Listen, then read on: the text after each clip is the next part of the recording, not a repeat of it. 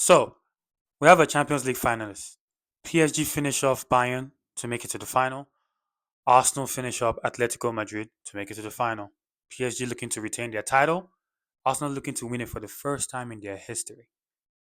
Welcome back to another episode of Ball IQ Podcast. I'm Tolu, Real Madrid fan, repping Mbappe before Modric left when he was still winning the nine.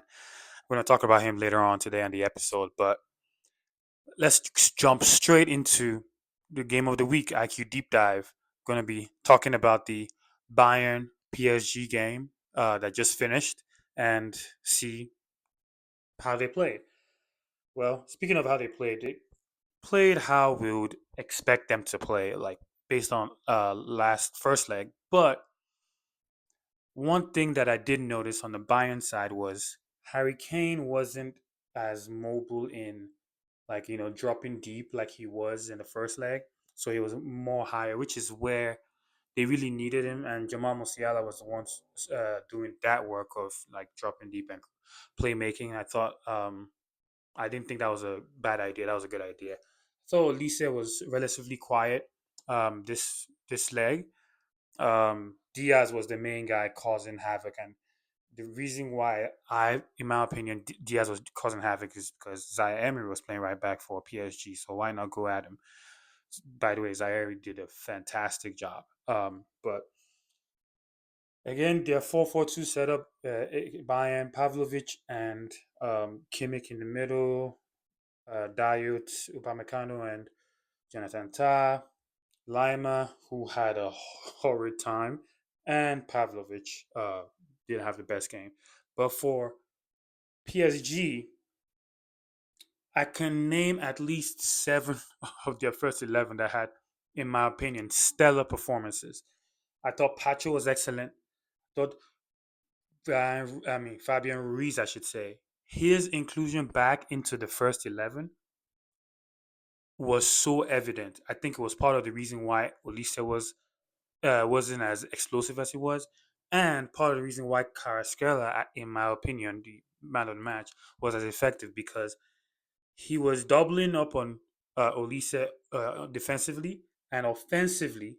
He was giving Lima something to worry about. So most of the time, it frees up Vicha Kvaratskhelia against a Dayot Upamecano, and Kvaratskhelia kind of had his way with him. It was kind of it got ugly sometimes, and because of this overload that they're creating on this side, it frees up like the extra man in the middle of the defense for Bayern, and just like the first goal, you're scrambling back, running back when they break away on the wings, particularly on the left, and you're like outnumbered. And just for the goal, I thought that Dembele's run was so clever because Due was running straight across and he let him pass him, take the defender with him, and then he can finish from in the box here. So I thought it was clever, but I also thought that the score line kind of flattered Bayern. I thought that PSG weren't as clinical as they probably should have been. That game could have easily been like 3-1 or something like that. But even though it was just 1-1, it was an electrifying one. It was certainly more entertaining than Arsenal versus Atletico, in my opinion. But it was a very, very good game. PSG showed why like they mean business. And again, if they win it again, this would be, and if they win the treble again, this would be back to back trebles. I don't know who has ever done that in history. And Luis Enrique, this would be his third treble if they were to win it. Um, that would we'll have to have some conversations. And also there's the Mbappe element, which I'll get to later. But it was a fantastic game, fantastic game plan. Again, in my opinion, Zaire Emery, I didn't touch on him enough on the ball, just like when PSG play João Mendes in that right back. Portugal do it sometimes. Their expectation is for him to create overload in the middle. They kind of miss Hakimi, but they kind of found a way to kind of like fill in those gaps by doing something different with the personnel that they have. And like I said earlier, the midfield three back, the gang back with Fabian Ruiz playing with Vitinha and Xiaomeng was very, very, very key for them, in my opinion. The two legs against Bayern against Real Madrid, and even the first leg of Bayern against PSG, came here and I said how well Kimmich and Pavlovich played in the middle. This time they really got outclassed because these midfield three, their work rate, their decision making, when to push the play, when to calm the play down. It was evident that okay, these guys are they have that championship pedigree and they know how to manage games. They know how to pick moments. They know when to drive forward, when to relax it, how to control the tempo, and it was kind of beautiful to see. But it was a great game. I think that for the final against Arsenal, again for Arsenal, they've gone. Obviously, some people can say that they've had a easier way to the final, but they are in the final. Is what it is, and they have excellent defensive record. Um, I think that for the final, still, I mean, it's 50-50 one-off game, but for Arsenal to have a good chance, I think they have to go at PSG. I think that just thinking about last year's final, I was here with Nelson. He's still out in Europe, by the way. He'll be back very soon. I was out, speaking with Nelson, and I was telling him I think Inter will win it. Their defensive record is very really good. If ignore the Barcelona tie, the tie before, I don't think PSG will be able to exploit them the way they normally would. I said all that, and it was 5-0. Now, I'm not saying that it's going to be another 5-0 and another embarrassing um, scoreline, but I think that if Arsenal are to stand a chance, I think they have to like play a little bit more attacking football, in my opinion. Um, but yeah, very exciting. May 30th, we'll be there. Obviously, we'll talk in leading up to the final and um, share some more insights on what we think. But great game, great semi-final for PSG. Great achievement for them reaching to the final, and great achievement for Arsenal as well, reaching the final as well. So shout out to them. Speaking of Arsenal, they also play Fulham. I know that after the Newcastle game that they won 1-0, I didn't think that win was convincing. This Fulham win was convincing, and having Bukayo Saka back was it looked very very evident that they missed him because they played more, especially when they played ball down the wings. He could take his man on, assist goals. I mean, that's 2 goals and an assist in like 120 minutes of play. That's some way to come back and sending your team to the final of the Champions League for the first time in over 20 years. And with City slipping up at Everton, putting your team in pole position to win the Premier League. So um, now it's in their hands again. They threw it away, in my opinion, and City gave them back. Are they going to keep it now? Only time will tell.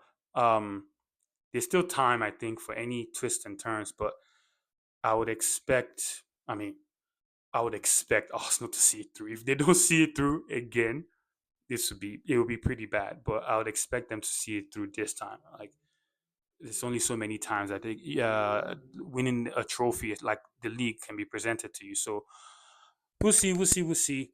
Staying in England, Chelsea struggle continues. Um, no manager. The Colin McFarlane is the caretaker manager right now. Nelson sent me some Chelsea insights. Cucurella, Enzo, Palmer are all unhappy. Palmer missed a penalty, so no goals since March, I believe. Um, 6 losses in a row for Chelsea. With the FA Cup final coming up, it's looking really really dark at Cobham. Very very very dark. And I mean, the bright spot was João Pedro's goal against Nottingham Forest, of course. But I mean, I guess the silver lining is Reece James is back. Colwell is back in training as well. But it's not their record is not good at all. I think they're 6 losses in a row. I saw somewhere about it being the worst run in a minute, like in a hot minute for them. So um, hopefully they turn it around. I think they're sitting at 10th right now, or thereabout. But we'll see. We'll see how they finish up and who. Europe is very important for them because of the kind of players that they have and they want to attract, or to improve the squad, and the kind of manager they would attract as well. So um, a lot to play for in England and for Chelsea, of course. Um, going to staying in England, actually, Manchester United, they beat Liverpool 3 goals to 2 at Old Trafford. Kobe Manu scoring the winner for them, the game after he extends his contract at United. And again, like obviously Casemiro has been proving this point, but also Kobe as well, that Amorim didn't know what he was doing because there's a clip on our YouTube channel. Um, if I find it, I would put it here somewhere. But there's a clip on our YouTube channel. I clipped it and I put it as a short. We discussed how United should play in terms of like a 4-4-3 based on the 4-3-3, I should say, based on the strength of the squad. Why don't you just do four in the back? Okay, just hear me out. Hear me out. Let's play. Casemiro is like seems to be the one who starts, and if you play Casemiro in the three-man midfield, you get a world-class player. You get a 5-4 Champions League winner. So you play Casemiro at the base, play Kobe as the 8, Bruno as the 10, Mbuemo on the right. If you don't start Sesko yet, you can start Cunha up top. When Sesko comes in, Mal can sit down. Cunha can attack from the left, like a Hazard or a playmaking winger, and Sesko goes in the middle. Why don't we try that for a game? It wasn't rocket science playing Casemiro at the base, playing Kobe as 8, Bruno as a 10, Sheshko, Cunha, and Buemo. It wasn't rocket science. It was kind of actually obvious to us that are not like professional coaches or anything at that level. So the fact that Amorim, it wasn't obvious to him, is kind of disturbing, and it epitomizes what I feel about these new age coaches. It's always my philosophy or nothing kind of thing. I mean, it's so obvious. It's really bad. Like it speaks volumes to I guess how bad his choices were on the pitch. Now off the pitch, he helped them, get rid of some players, yada yada yada. But I'm sorry, there's no excuse for not playing this style of football that United is playing, and specifically Kobe Manu not playing that kid. There's no excuse. There's just not for me anyway. This is I can't stress how like just confusing this to leave that kid out of the of the team. But well, they did. And speaking of United, Michael Carrick, whether he should stay or leave United, I mean, depending on who's out there. I mean, if Luis Enrique wins another treble or another Champions League with PSG, I don't see him leaving.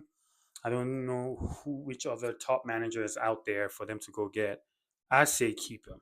I think that United need the. I think back to when Ole was at United, Ole on a Solskjaer, and he kind of stabilized the club, and they were like second. I think one time they kind of sort of challenged. They reached a Europa League final. They were like right there. I think Carrick can get them there again, and maybe they kick on from there.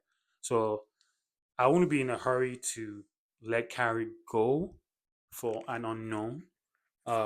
Again, if somebody of Enrique's caliber comes available, sure, but I would say they should be careful and probably keep him, in my opinion. But again, we'll see.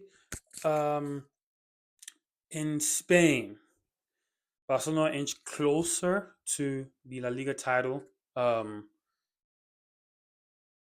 but what I want to touch on is my Madrid in Spain.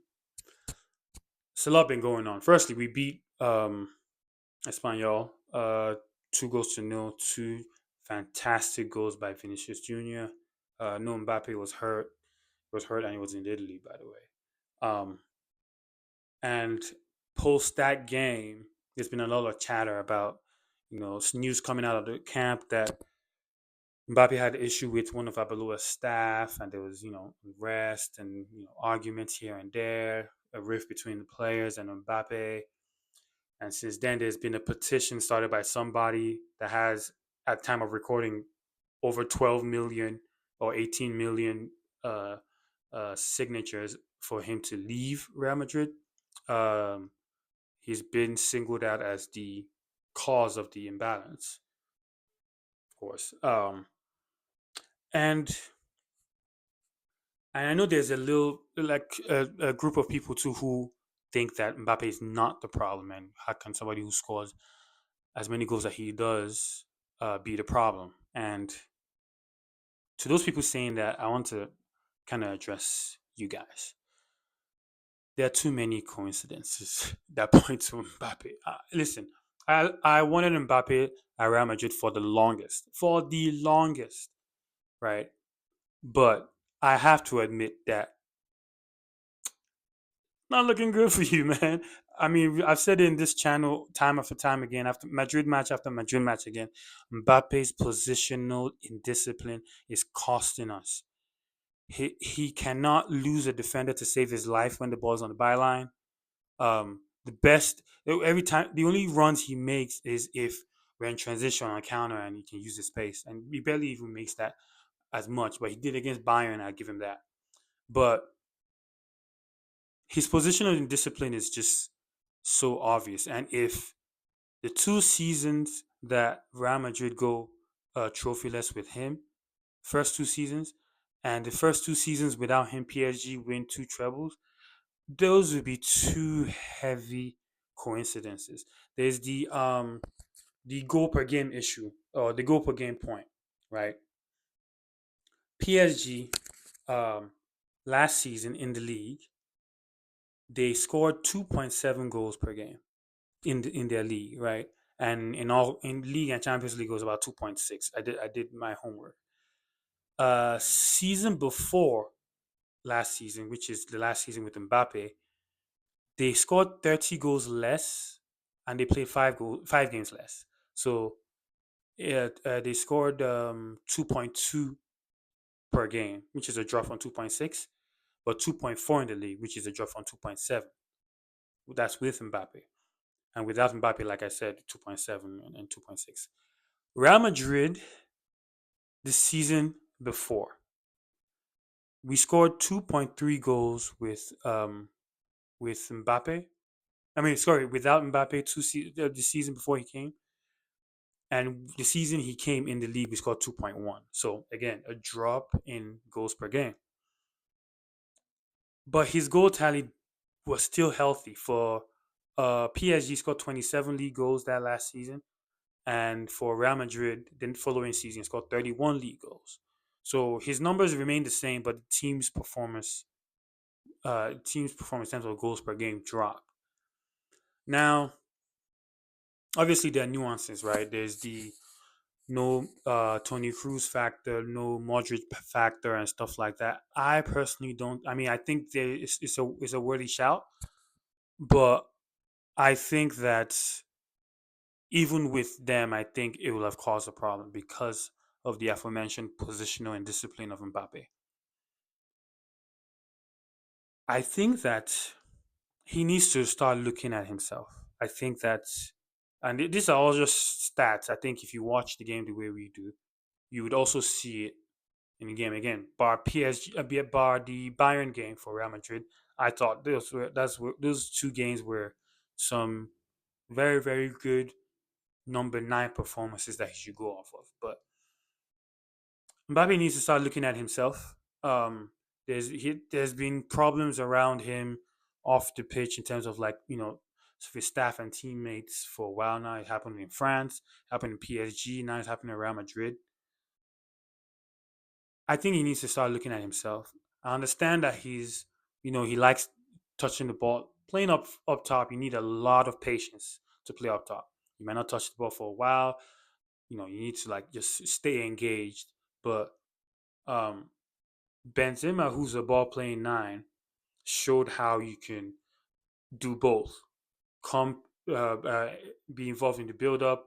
You can take on players if you want, but also have the game intelligence, the positional intelligence, the ball IQ, pun intended, to make the runs in the box to stretch your team, to stretch the opposition team, and create more avenues and chances for your team. If you make those runs, Vinicius Jr. will pass the ball. That's the type of player he is. Vinny will not is not interested in scoring 40 goals a season. Vinny will score 20 goals and have 20 assists. If Mbappe just learns how to play as a nine, incorporate that nine movement in his game, he will eat. He will score goals. You will score. Benzema scored goals with Vinicius. Jude scored goals with Vinicius. Rodrigo scored goals with Vinicius. Joselu scored goals with Vinicius. Gonzalo Garcia scored goals with Vinicius. You will score. Just be disciplined. Look at Vinicius's the two goals really against in the last game, but particularly the first goal. Um, Gonzalo Garcia's movement of like staying away from him in the box. Then when Vinicius cuts in, he shows for the 1-2. Mbappe playing, he will not be there to even do it. So Kylian Mbappe, I'm wearing your jersey. I've been a big fan of yours for a while. I've wanted you at Real Madrid for a while, but you need to look at yourself in the mirror. Decide what kind of player you want to be, what kind of legacy you want to leave behind.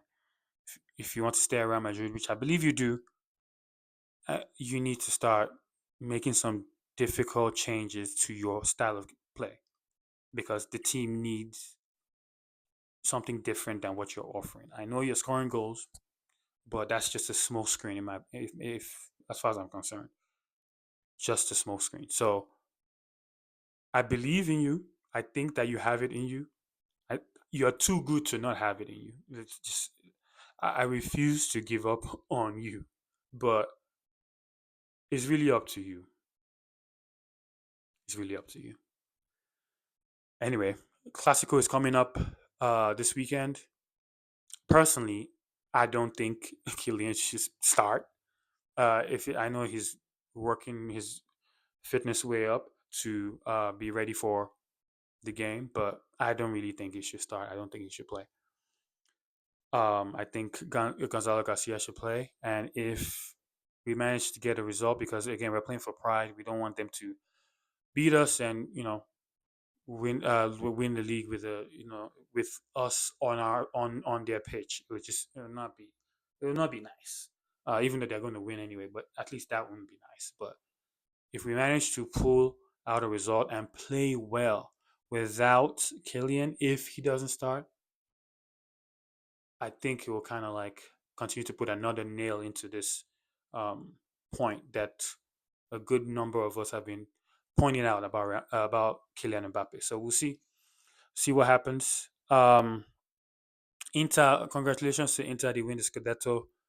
Good on them because I remember last season they were going for all three of their competitions and they left with nothing. So at least they won the Scudetto. Congrats to them. And yeah, moving to IQ finish of the week, there are two options. There's Vinicius's, either one of them, but the second goal against Espanyol, and there's um, Jao Pedro's goal. Now, if Nelson was here, I know which one you would pick, and you know which one I'll pick. I loved Vinicius's goal, the 1-2 with Bellingham, and the technique for the finish, the second goal. Jao Pedro's goal was kind of cool too. You know what? I'm giving it to Vinny. It was an away win. The bicycle kick was good. Was close range though. So I'm giving it to Vinny. I know Nelson is gonna it's gonna lose his mind hearing this, but I'm giving it to Vinny. I don't care. Uh, Player of the week. Again, Vinny had a good performance. Like I think SofaScore rated him as a 10 or something. He was unbelievable against Espanyol, but I have to give it to Dembele, man. Like I think what he showing up again a clutch time for his team in the Champions League in the biggest stage deserves a shout. And if he wins another treble and wins another Ballon d'Or, I mean it's a World Cup year though, so that will have a big impact on who wins the Ballon d'Or. But I think that his performance for his team, his selflessness, his work rate, and his obviously his quality, I'll lean Musa, Usman Dembele as my IQ player of the week. And for upcoming fixtures, like I said, there's the Clásico um, this weekend for Barcelona Real Madrid. I know again, Barcelona are leading by 11 points, so the league is done and they can like seal it. But and Real Madrid will be doing their best to prevent that. So that's pretty much the marquee game this weekend. Um, of course, Arsenal are playing um, this weekend as well, and City. So that I mean, in fact, there are a lot of things in the Prem to keep an eye out. But obviously, for who will be champions, we got to watch out for all the Arsenal games. I think they play West Ham, if I'm not mistaken. Um, Liverpool are playing Chelsea. Liverpool can want to bounce back off the defeat against Manchester United and try and get something against Chelsea after it's particularly putting in context Chelsea's form.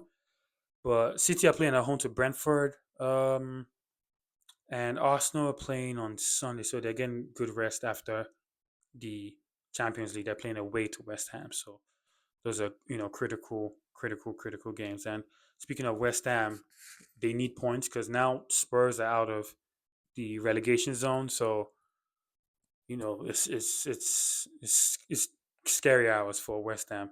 And I'm trying to even find out who Spurs are playing. Um, Spurs are playing at home to Leeds, and I think Leeds think they're relatively safe, if not safe. So Spurs are the team, and Spurs are at home. They have everything to play for. So be very important for them to secure those 3 points against Leeds. But that's it. Excited about the Champions League coming up, and this May pretty much of like big games. When I say big games, not necessarily amongst big teams. Some amongst big teams like the Clásico, but points that mean a lot, especially in England. And I'm very excited. I know you are. But thank you for stopping by, checking us out. Please subscribe, like, share in that order, and I'll catch you guys next week. Peace.